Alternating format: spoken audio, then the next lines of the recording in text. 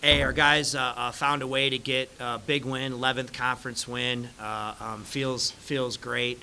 I didn't think we had our fastball early. We knew Nevada was hot. They'd won 4 in a row. We knew they would really engage us physically. I thought they did that early. Thank God we made some threes early in the game to kind of keep them in check. And I thought our run at the end of the first half was really big for us. And at halftime, I just thought we just needed to change our look a little bit. We looked kind of frustrated.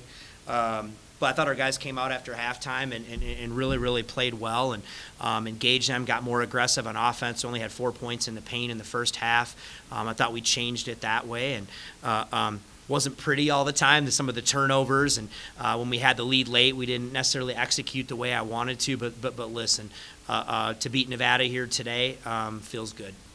Whether you're leading or whether you're trailing at halftime, every coach goes in to make adjustments. But when the first half is that discombobulated, where do you kind of focus your attention on how you address them at halftime? Yeah, I wasn't, I'm just kind of a feel guy that way. There's been times where I've had to, but that wasn't the case. I just told them we need to change our look a little bit. Like, winning's hard. It's hard, and I just thought we needed to kind of embrace the kind of game it was going to be. And I just think some of the things that we emphasized, we just didn't do well enough. I think we played with a lot more edge and force in the second half, and we got ourselves going. Niko really got us going on offense. I mean, we out-rebounded them in the second half that way. And so it wasn't anything. These guys are mature, and they knew the deal. And like I asked them, I said, are we, what is that our best? You know what I mean? And I know they knew it wasn't. And we came out and we played much better in the second half.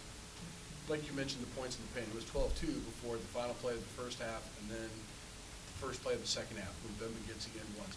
How important was that to kind of reestablish the way you guys needed to play?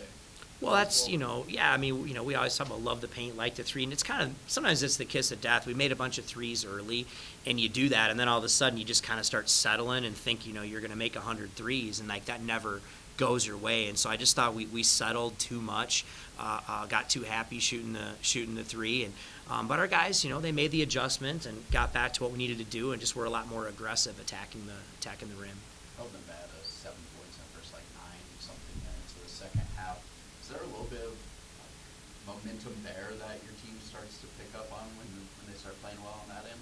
Yeah, for us this year, what's turned it around for us has been that. Whenever we play good defense, we're a good team. You know what I mean? And just like the Catalyst the other night against Wyoming, we did not play very good defense in the first half. I just thought we were sloppy. Nick Davidson's a heck of a player. So, he's a really hard cover that way, so you give him a lot of credit. But yes, you're right, that it changed when we were able to string together some stops and make it difficult on them. Obviously, a lot of different guys kind of had to spend some time on Davidson. Did you see them start to, second half, maybe take a little bit more of a challenge?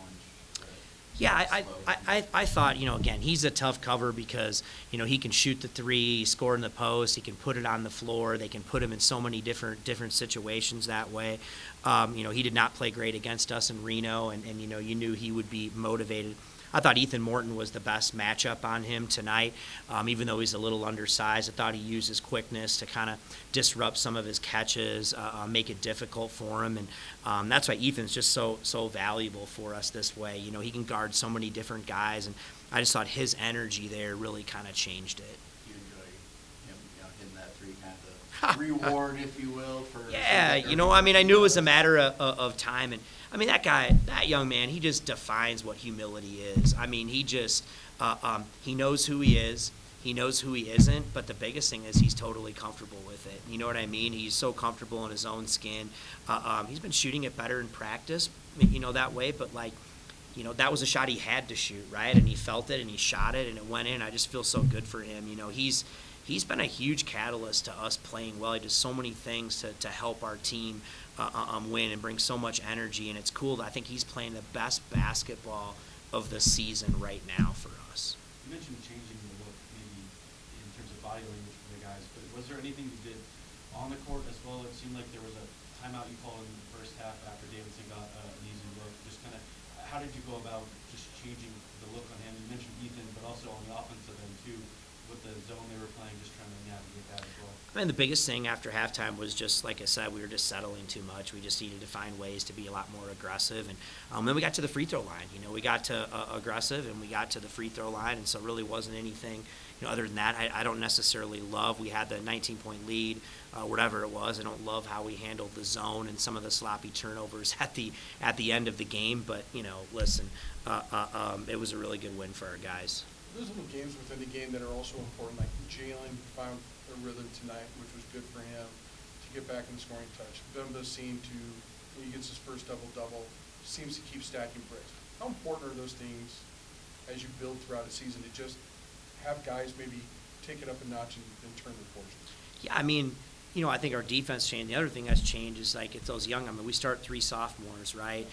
We play young guys, and as those young guys continue to improve and grow, that's been the growth of our team. And I think they just kind of continue to get better. They get more and more confidence. It develops our depth.